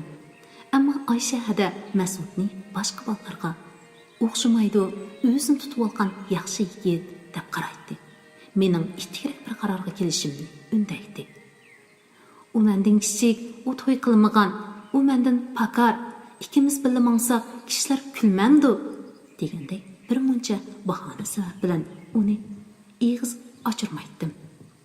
Sovuq tushganda Mas'ud yotiqining isimayotganligini aytib, kashlari pat-pat yotiqimga kirib o'ltiradigan bo'lib qoldi. Uning qumulliq yotoqdashi oqshimi yurayotgan qizi bilan chiqib ketadi ekan, yoki ikkisi yotoqda paranglashib o'ltirdi ekan. Bunday chaqlarda uning yotoqda o'ltirg'isi kelmaydi ekan. U eshikdan kiribla mash ustida shing'illab turgan oppoq chaynakka, rishli ishlatgan dariz partlarimga, yumliq tomoq shirasi ustiga yepilgan oppoq dasturxonga, karavatimga silingan yum adyal, kashlik yostiqlarimga qarab ketadi. Uningga choy damlab, zag'rinonlarimni, kampit, gul qoqlarimni qo'yib beratdim. Birer 2 soat taqdim, baxtim paranglashib o'tirganimizdan keyin bo'yindan so'ragandek chiqib ketadi. Ats atiganda ko'mirxondan yotqimga o'tin ko'mir to'shig'ash mangni to'shib beradi. Bu tarafda ko'mir qis bo'lganligi uchun kishilar ko'pincha yozda yoki kuzda ko'mir uviqiga sig'iz to'pi aralashtirib, kesak qo'yib yoki ko'mir pomziki yasab olgan ish bor edi. Mashtan tegiga quruq o'tin bilan yirakrak ko'mirni silib, ustiga pomzak tizib, o't yaqsa, o't obdan kuyadi. Bo'libmi pomzak oson kuyib ketmay, uzoqcha bilildab yenib turadi. Mas'ud ambarcha bilan yaqin o'tadiganligidan foydalanib, kesak bilan pomzakni ko'proq elib oladi. O'zi ozroq elib qilib, ko'p qismini mening o'tinxonamga tizib beradi. Nemishqa bunday qilasiz? O'zingiz qolsangiz bo'lmamdi, desam, siz degan qiz bola sizni qiynab qolmasin dedim, deydi. U ba'zi kunlari bozordan go'sht, ko'ktat sotib olib kelib, hariya uy tamoq sig'inib faqat chiday olmadim. Xafa bo'lmasangiz, bir vaqt billa lag'man etib yegan bo'lsa, men sizga o't qalab, ko'ktat adalishib berman. Haras, sizmi suvni to'shib berman, deydi. Uni chiqib etishga amalsiz qolatdim. Chapanni silib etib, yanglarni turib, oq ko'ngligini mayli qilib etmaslik uchun nihoyat ehtiyot bilan mashning kulini ilib, o'tin ko'mir tizib, o't yoqadi. Uning o'tin ko'mirni nihoyat idatli tizishlariga qarab, ichimda hayron qolatdim. Men qo'llarimni yuyib, xamir yo'g'irg'ili tursam, u qo'lashmagan harakat bilan ko'ktat adolaydi. Bir qitim qarab tursam, karabshining yupurmoqlari bilan inchga yerlarini ilib, qilib, qo'lini tashlab qo'yibdi. Buni nemishqa yerga qo'yib qo'ydingiz? desam, baribir tashlab etaman emasmi? deydi. Pah, ustoz, sizga ko'ktatni munda qadalashni kim o'rgatgan bo'lg'aydi? desam, o'zim bilmanda. Yupurmoq degan kunga qoqlinib turadigan, kun nurida fotosintezlanadigan o'zuq qiymati eng yuqori qismi tursa, deydi. Afsus, fotosintezlanaversa ochiq bo'lib qoladi ekan emasmi? deb tashlayotgan ho'l qismi bilan inchki yerlarini elib qilib, ko'p qism yupurmoqni tashlatsam qarabla qoldi. Shundan keyin ko'ktatning qayerni adolib etish, qayerni elib qilishni erinmay so'raydigan bo'ldi. U ko'ktatni adolab bo'lib, chelakka suv akiratdi. Meni yaratmay qolmasin deb, ko'ktatlarni u dastin bu leganga elib, shunchalik astoydil yuyib ketadiki, ko'zimning quyrug'ida uning sal qalampay, ammo nihoyat astoydil turqiga qarab, ko'k qistab ketadi. Xamirni pild qilib qo'yib, uni yumaloq shiraga boshlab, oldiga choy qo'yib beratdim. U mening ko'ktatni qandoq to'g'rab, qandoq ko'rishimga diqqat bilan qarab o'tiradi. Qozonni qaynatib, chashdek so'zilgan lag'manni oldiga elib kelguncha taqozo bilan o'tirolmay qoladi. Oshni qo'liga elib, "Osh kelsa imon qocharmish, sizga qaramay yeverdim amisa", deb qiziqchilik bilan lag'manni qisib, og'ziga silib, naqadar huzurlanayotganligini bildirmoqchi bo'lib, tamshib ko'zlarini yumib ketadi. Ikkimiz shirada udumni o'ltirib tamoq yeyotgan chig'imizda ichimda mushundoq oq ko'ngil yigitlar yaxshi qizlarga uchirsa bo'ladi, deydim. Viloyat bo'yicha ochilgan ta'tillik kursda viloyatlik o'ttir maktabda ishlaydigan Nazgira ismli Urumchilik bir qiz bilan tanishib qolgan edim. Ko'p o'ylanishdan keyin shu qizni Mas'udga tanishtirib qo'ymoqchi bo'ldim. Bir shanba kuni u qizni yotqinga chaqirdim. Akşamı ikimiz uzoqcha paranglashib yotdik. Men uningga Mas'udni bo'lishiga maqtab berdim. Ertasi tushda o'qishib, tamoq etib, Mas'udni chaqirib chiqdim. Uchimiz ko'lga chaqchaq bilan ko'ngillik o'ltirib g'azalandik. Bo'lib ular ikkisi chaqchaq deganni shunchalik keltirib etadiki, men uningdan xushal bo'ldim. Turli bahona bilan ularni yolg'iz qo'yishga tirishdim. Meningcha ular bir-biriga shunchalik mos keladi. Har ikkisi bu fursatni qo'ldan berib qo'ysa bo'lmaydi. Kashda qaytadigan chaqda Nazgira menga: "U yigit seni shundoq yaxshi ko'rdi ekan. Sen har qatim sirtqa chiqib ketsang, ko'zi ishik tiqilib, og'zi gapmi bormidi? Bechoraning. Sen oldida bo'lsang, shunchalik ichilib, ko'zlarini sendan ololmay qoladi ekan. Uni umidsiz qoldirmagin. Oltindek yigit ekan", dedi. Bu gapdan beshim aylanib, bir necha kungacha bearam bo'lib yurdim. Shundan keyin yana uningdan o'zimni qochirishga boshladim. Ishga chiqadigan, ishdan tushadigan chaqlarda uning bilan uchrashib qolmaslik, uyda ekanligimni uningga bildirmaslik uchun shunchalik boshqa turdimki, bir kuni Aysha hadining o'g'lini chaqirib: "Man qarab burdak, ishikning teshidan qo'lib silib, qo'y. Bo'ying yetmasa, putunga o'rindiqni qo'yib salg'in", deb gap ko'yatdim. Bola men degandek qilib, ishni quluplab, oshqushni ishik ostidan kirgizib berdi. Bir kamda karvatda xiyolga cho'kib yotsam, Mas'udning: "Hey bo'dak, ariya ochang qayerga ketdi?" degan ovoz anglandi. Bo'dak uningga: "Ariya ocham uyda. U menga putunga o'rindiq qo'yib, ishni quluplab qo'y degan. Quluplab qo'ydim. Oshqushni ishikning tegidan kirgizib berdim", dedi. Arqadanla yana ovozini pasaytirib: "Mas'ud aka, bu ikkimizning o'tirishidagi mahbiyatlik. Hadiya ocham hech kimga dema degan. Sen o hech kimga demajimi?" dedi. Bu gapni anglab beshimdan tutun chiqib ketdi. Kichik bolani ishqi buyurganligimga men bir pushaymon qildim. Yana bir turib ichimda: "Bu yaxshi bo'ldi. Yotqinga kirishni yoqtirmaydiganligini bildi. Aman bilish kerak edi", deb o'yladim. Ertasi ishxonada yolg'iz o'tirsam, Mas'ud kirib keldi. Salomlashib bo'lib, bo'dakning gaplarini shunda qiziq to'rab ketdiki, xijil bo'lib tursammi, kulkidan o'zim to'xtab olmadim. Oxirida u: "Buningdan keyin undaq ishlarga kichik bolalarni avar qilib yurma. Men sizni avar qilmayman", deb ishxonadan chiqib ketdi. Oxirgi gapidan ko'nglim yerim bo'ldi. Ammo o'zim topgan ish. Endi uningga chidashdan boshqa nima amalim bo'lsin? Shundan keyin Mas'ud meni istamadi. Janobning tushda qisqa qishi bu o'tib, bahorning illiq shamoli chiqishga boshladi. Bir dushanba kuni yezliq bir necha o'quvchim tangla ko'k terib alg'ash ketdi. Ko'kni yolg'iz yeb bo'lolmay, Aysha hadilarga olib chiqib berdi. Aysha hada ko'k cho'chursi etib, bo'ydaq o'qituvchilarning uyiga chaqiribdi. Kirsam, Mas'udmi bor ekan. Ularning kayfiyatining ta'sir yaxshi emasligini ko'rib, o'ltirolmay qoldim.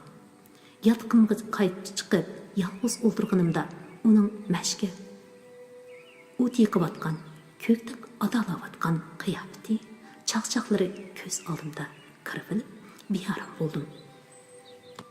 Butkul dunyoda o'zim yolg'iz qolgandek g'ayribsinidim. Lekin o'zimni yana uning loyiqi emas deb o'ylab, o'rnimdan turib ketdim. Cho'nqurudagi o'zim yaqin o'tadigan Zo'ran ismli xonimning uyiga kirib, uning bilan paranglashib, ko'ngil hamligimni bosmoqchi bo'ldim. Zo'ran maktab kutubxonasini boshqardi. O'zimi kitobxonlar ayol edi. Eri Abdulla muallim matematika o'qituvchisi edi. Uchimiz maktab mudirining o'qituvchilariga kelmez buyruq tushirib ko'pchilikning aktivligi va ijodchanligini bo'g'ib qo'yayotganligi ustida paranglashib o'ltirdik. Abdulla muallim oq qorini farq etalaydigan, nohaqchilikka chidab turolmaydigan vijdonli odam edi. U menga Mas'ud qatorliq bir necha yosh o'qituvchining o'qitish metodini yaxshilash, o'qitishni boshqarishga oid ishlar ustida ba'zi fikrlarni berganligi, mudirning shu yerda ba'zilar boshqalardan bildiğimiz ko'p deb to'la ko'ranglab ketmasin. Yuqurning tarkibi yuqori. Chet elda urug' tuqqanlari bor. Siyosiy maydon gumonliq yoshlarni bu yerga tushirib berishida, ularni yavaşlik bilan ishlab, ko'pchilikning nazoratida ostida ideyasini yaxshi o'zgarsin degan maqsad bor. Shunga ba'zilar o'zinglarni besvilanglar. Sizlarning partiya rahbarligidagi maktab tashkiliga kelmas fikr berish huquqinglar yo'q. deganligini oxirida Mas'ud chidamay, sizning gapingizcha bo'lganda biz nima? Ommaning nazoratini qabul qiladigan jinoyatchimi? deb aniq javob berishni talab qilib turib olganligini, mudir ikkisining mushu ish tufayli obdonla qizirishib qolganligini so'zlab berdi. Bu gaplarni anglab ko'nglimdagi g'ashlik texim kuchaydi. Uningdan ansiradim. Uning bilan ko'rishib, hargiz ko'nglingizni yerim qilmang. Sizning gaplaringiz o'rinli.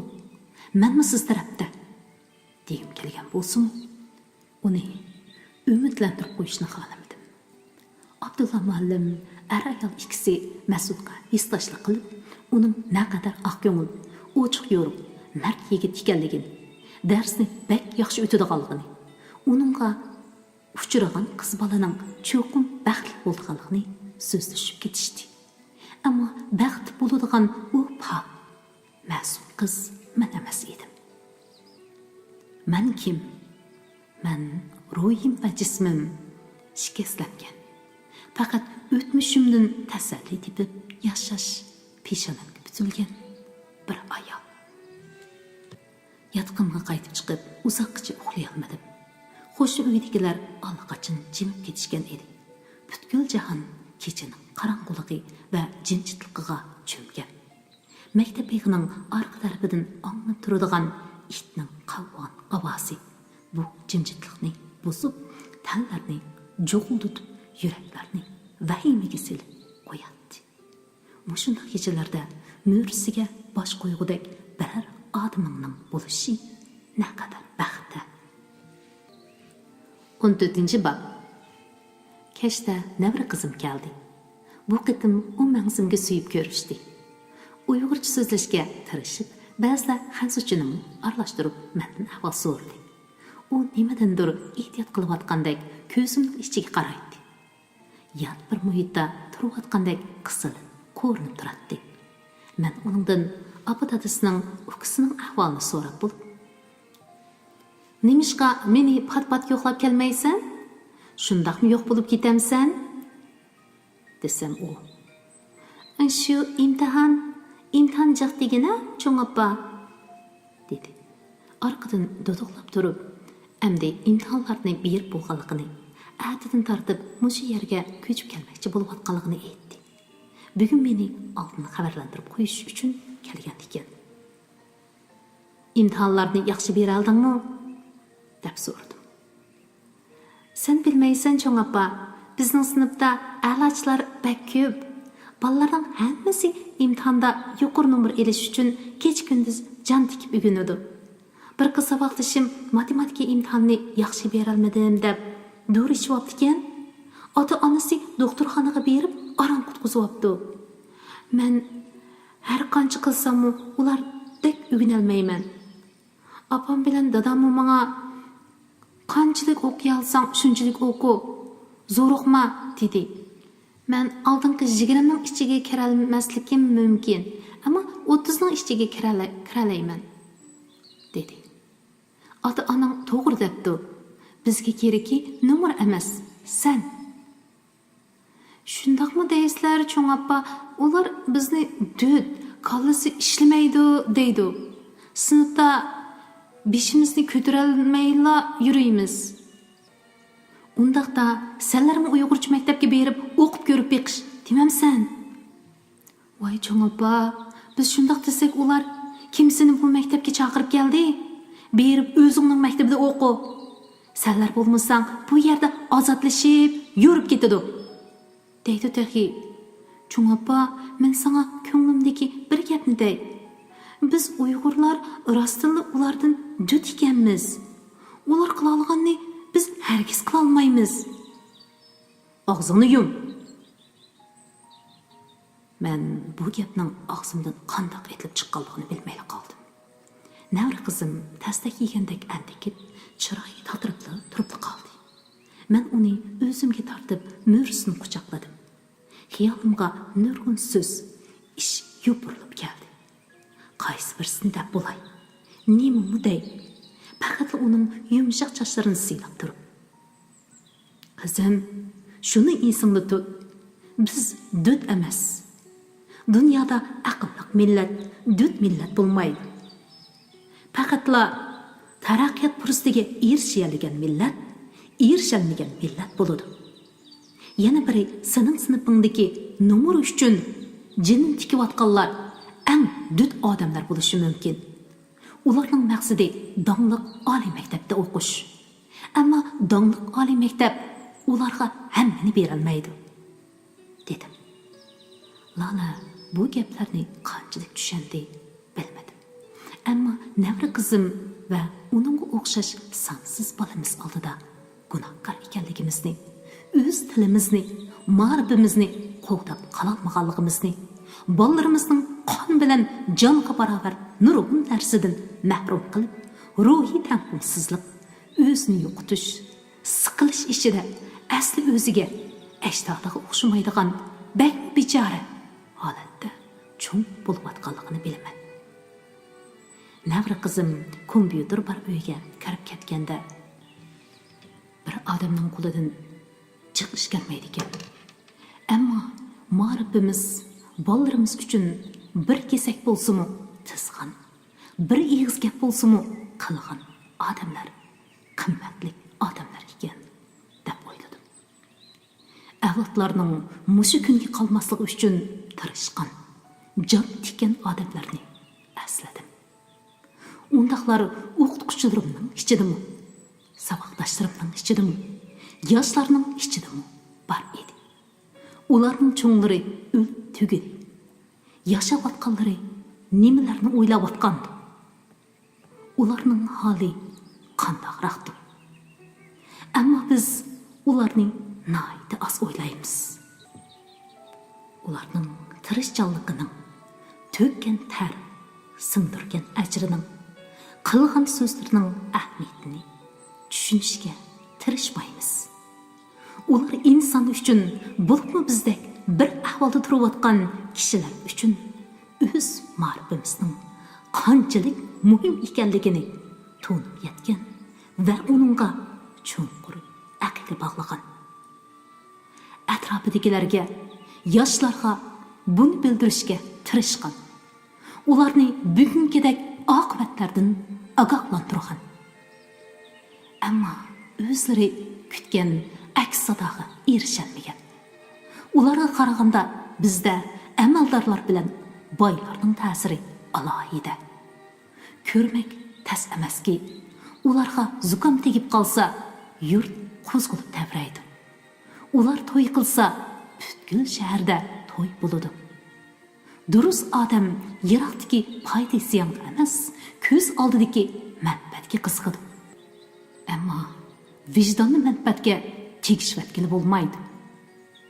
Bir qavmda hamma odam manfaatning quli. Non kuchki bo'lib ketsa, uning oqibati va ziyinni avlodlar tortadi.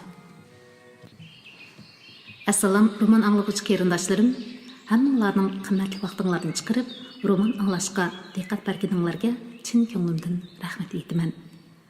Roman o'qish jarayonida shuni his qildimki, roman avtori Xarida Isroil xonim o'zining jinni tikib qo'yib, bu romanni xalqqa sunibdi. Xuddi romanni ishtiyoq bilan anglag'uchi mushu yiroq allarda cho'ng bo'lgan tatliq navri singlimning aytqididek, bu romanni o'qimaslikqa, hatto o'nglamaslikqa haddimiz yo'qkan hada degan so'zi meni shunchalik hayajonlantirdi va o'yga soldi. Shu vajidan bu roman o'qishligini texmi ko'p qarindoshlarimiz diqqatiga sunish maqsadida buni unga ilib tayyorlab sizlar bilan taq bahramon bo'lishga tirishdim. Albatta, men bir kasbiy roman o'quvchim emas, ammo to'mirimda eqiyotgan Uyg'ur kuni mening ruhimni urg'utib, bu oddiy bir sovg'ani tayyorlashga undadi. Bo'lsa, texmi ko'p qarindoshlarimizning anglashi uchun bu roman o'qishligini texmi ko'p do'stlarga tavsiya qilishinglarni chin ko'nglimdan umid qilaman. Hozirgi vaqtinglar xayrli bo'lsin. Davomiga davomli diqqat bergaysizlar. Rahmat.